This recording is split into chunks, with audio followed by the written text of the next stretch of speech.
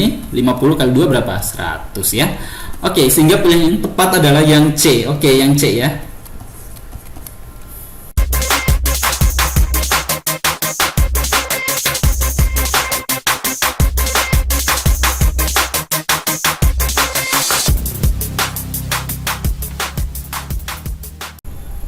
Perubahan mendasar yang terjadi pada tahun 2002 terhadap Undang-Undang Dasar 1945 atau amandemen keempat adalah: A. MPR tidak lagi menjalankan GBHN. B. Kekuasaan MPR bukan representasi kedaulatan rakyat. C. MPR terdiri atas, ini harusnya DPR dan DPD ya, salah ketik. D. MPR bukan lagi lembaga tinggi negara. E. MPR tidak dapat memilih presiden dan memberhentikan presiden. Oke. Jadi perubahan yang mendasar pada Undang-Undang Dasar 1945 pada amandemen keempat itu bahwa MPR ini terdiri dari anggota DPR dan DPD. Oke. Nah, makanya yang tepat adalah yang C ya. Kalau yang ini MPR tidak menjalankan GBHN, bukan ya. Kekuasaan MPR bukan representasi kedaulatan rakyat, harusnya merupakan representasi kedaulatan rakyat ya. MPR bukan lagi lembaga tinggi negara. Kalau dulu lembaga tertinggi ya, sekarang lembaga tinggi negara ya. Harusnya termasuk lembaga tinggi negara. MPR tidak dapat memilih presiden, benar, karena presiden dipilih langsung. Tapi MPR bisa memberhentikan presiden dengan mekanisme sesuai dengan peraturan ya, sesuai dengan amanat konstitusi kan, ada pasal yang mengatur tentang pemakzulan presiden ya. Oke. Maka pilihan yang tepat adalah yang C, tapi ini salah ketik ya, DPR dan DPD ya. Kalau dulu MPR itu terdiri dari DPR, terus ada fraksi-fraksi golongan seperti fraksi ABRI ya, terus ada utusan daerah, perwakilan daerah ya. Oke, tapi sistemnya dulu beda sama DPD. Kalau DPD kan dipilih langsung, kalau utusan daerah di anggota MPR dulu tuh melalui mekanisme penunjukan ya. Oke, pilihan yang tepat soal ini yang C. Generasi milenial saat ini cenderung memiliki keinginan untuk berpikir cepat, instan, dan menghasilkan. Namun perlunya dasar terhadap nilai Pancasila harus ditanamkan sejak dini karena A. Pancasila sebagai filter dari keberagaman luar untuk disaring kebaikannya. B. Pancasila hanya sebagai lambang negara. C. Pancasila merupakan kehidupan dan cita-cita nasional. D. Pancasila adalah karakter masyarakat Indonesia. Pancasila adalah pemersatu keberagaman. Oke, jadi Pancasila itu, dalam pergaulan internasional tentu kita tidak akan terlepas dari pengaruh budaya asing. Nah, budaya asing ini ada yang baik, ada yang kurang baik ya, buruk. Sehingga dari adanya pengaruh budaya asing ini perlu Pancasila sebagai filter ya. Pancasila sebagai filter, saring ya, untuk menyaring mana yang baik, mana yang buruk, yang disesuaikan dengan jati diri bangsa Indonesia. Selain itu juga Pancasila sebagai penyokong jati diri sehingga tercipta kerukunan kehidupan yang rukun atas keberagaman bangsa Indonesia ya. Jadi ini juga sebagai penyokong jati diri. Penyokong. Oke. Sehingga pilihan yang tepat yang A ya. Oke, yang A. Usaha yang dilakukan NKRI dalam mengatasi permasalahan di bidang ekonomi sesuai dengan Bhinneka Tunggal Ika adalah: A. Memberikan subsidi kepada rakyat. B. Menata kebijakan ekspor ke luar negeri. C. Pro terhadap UMKM agar berkembang dan mandiri. D. Mengatur kebijakan produksi dalam negeri. E. Jaminan perlindungan produksi dalam negeri. Oke. Jadi dalam Bhinneka Tunggal Ika itu dikenal dengan ekonomi kerakyatan. Ekonomi kerakyatan. Nah, ekonomi kerakyatan yang memainkan peran penting itu adalah UMKM ya. Nah, UMKM ini merupakan usaha yang dijalankan oleh masyarakat ekonomi mikro ya, dan akan bergerak lambat tanpa ada perhatian dan kepedulian pemerintah, sehingga harusnya dilindungi ya, dan difasilitasi oleh pemerintah. Harusnya dilindungi oleh pemerintah. Nah, kenapa harus dilindungi? Tujuannya adalah agar tercipta keadaan ekonomi kerakyatan ya, yang memadai ya, yang terus berkembang ya, yang stabil. Nah, makanya diperlukan sikap yang pro terhadap UMKM ya, agar berkembang secara mandiri. Nah, kalau udah berkembang secara mandiri, itu akan mewujudkan integrasi ekonomi dalam bidang nasional. Ini tujuannya adalah untuk menciptakan integrasi ekonomi nasional ya. Ekonomi nasional. Oke, pilih yang tepat yang C ya. Oke, yang C. Tingkatan kandungan nilai Pancasila dalam filsafat Pancasila sebagai aksiologi dari Pancasila itu sendiri dikenal dengan A. Nilai dasar, nilai instrumental, nilai praksis. B. Nilai dasar, nilai praksis, nilai aksiologis. C. Nilai praksis, nilai instrumental, nilai aksiologis. D. Nilai instrumental, nilai fundamental, dan nilai struktural. E. Nilai dasar, nilai struktural, nilai aksiologis. Oke. Tingkatan nilai dalam filsafat Pancasila itu ada 3 ya. Yang pertama itu ada nilai dasar. Nilai dasar ini adalah nilai pokok yang melekat pada setiap sila Pancasila ya.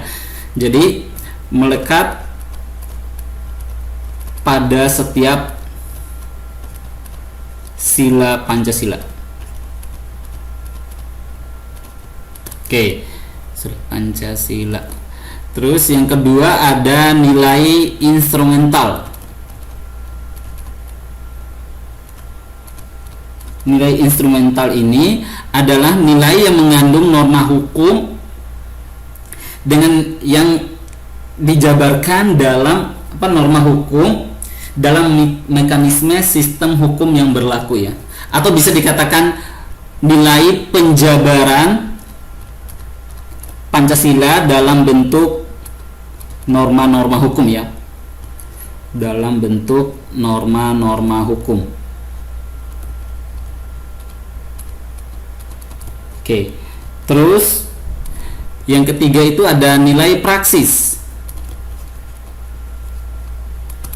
Dari katanya nilai praktis gitu ya, praktek gitu. Nilai yang diimplementasikan dalam kehidupan ya, diimplementasikan dalam kehidupan sehari-hari. Oke, sehingga pilihan yang tepat adalah yang A. Oke, yang A ya. Sebuah persegi panjang memiliki luas 600 cm kuadrat dengan panjang berbanding lebar 3 berbanding 2. Keliling persegi panjang tersebut adalah 50, 120, 160, 30 cm. Oke. Harus kita tahu bahwa perbandingan 3 berbanding 2 ini bukan panjang realnya itu 3, lebar realnya itu 2, bukan ya, tapi penyederhanaan ya. Nah, kita misalkan aja panjangnya 3x, lebarnya 2x, atau jangan pakai x deh, A aja ya, 3a, terus lebarnya 2a. Kan luas itu kan panjang kan lebar ya, ini dikalikan aja ya, sama dengan 600 ya. 3 kali 2 berapa? 6 ya, berarti coret aja nih, berarti ini tinggal 100 ya. Tinggal A kuadrat sama dengan 100, tinggal A nya akar dari 100 ya, 10. Harusnya plus min ya kalau diakarkan kuadrat kayak gini ya, tapi karena ini harus positif, panjangnya harus positif, panjang sama lebarnya harus positif, maka A nya harus positif ya. Jadi bisa kita tahu bahwa panjangnya 3 kali A berarti 30, kan 3 kali A ya, A nya kan 10, lebarnya 2A Berarti 2 kali 10 20. Oke. Nah, kelilingnya, kalau rumus keliling ini dijumlahin terus dikali 2. Jadi rumus keliling persegi panjang itu 2 panjang kali lebar ya. Ini 50 kali 2 berapa? 100 ya. Oke, sehingga pilihan yang tepat adalah yang C. Oke, yang C ya. Hubungan yang serupa seperti hubungan siang dan malam adalah hubungan apa sama apa ya.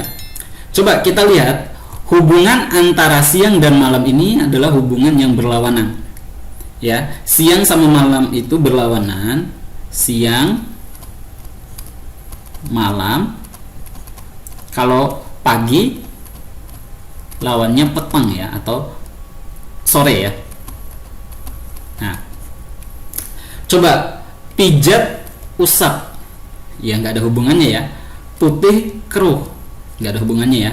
Pagi subuh, ini pagi subuh ini seperti siang sore ya, berurutan gitu ya. Keras batu, batu itu sifatnya keras ya.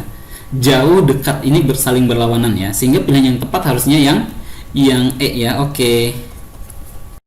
Mencuri itu perbuatan yang jahat. Setiap pencuri wajib dipenjara.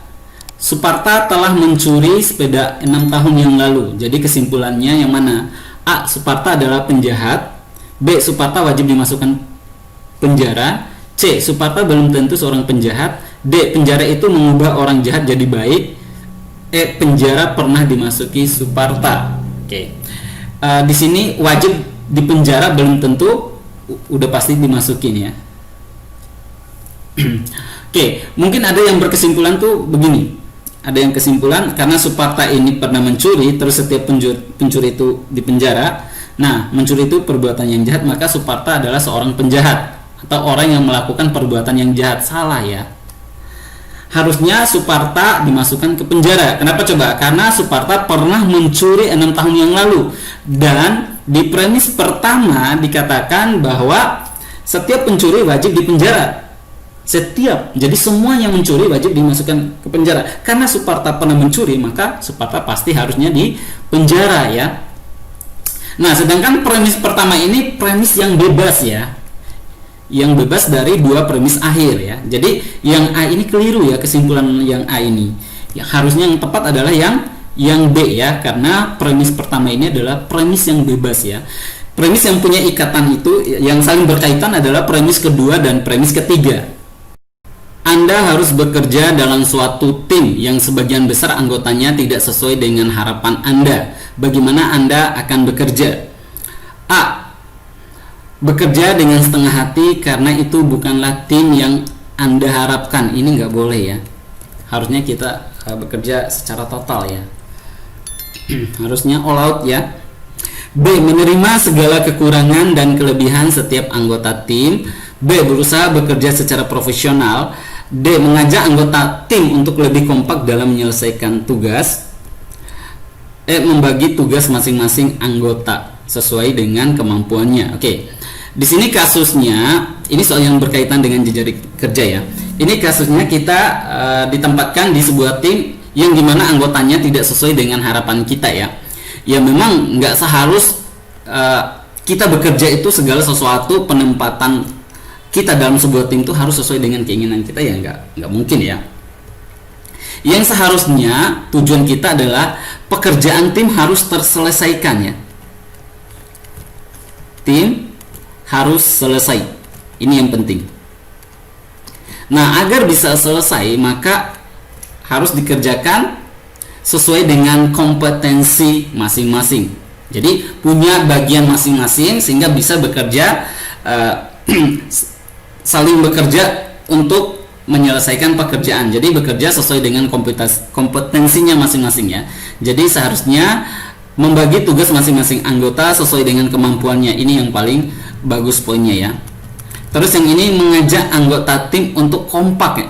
Jadi walaupun nggak sesuai dengan harapan kita, harusnya kita menyemangati tim ya untuk bekerja menyelesaikan tugas ya. Ini 4. Terus berarti yang ini menerima segala kekurangan dan kelebihan anggota tim, dan kekurangan dan kelebihan tiap orang akan saling melengkapi dengan anggota tim yang lainnya. Ini harusnya poinnya 3. Berarti bekerja dengan profesional, ini poinnya 2 ya. Oke, tapi yang jelas yang paling bagus poinnya adalah yang ini nih, yang E ya. Kemungkinan yang tukar itu ini yang 2/4 atau 3/2 ya. Tapi yang jelas pasti poinnya 5 itu yang E ya. Oke.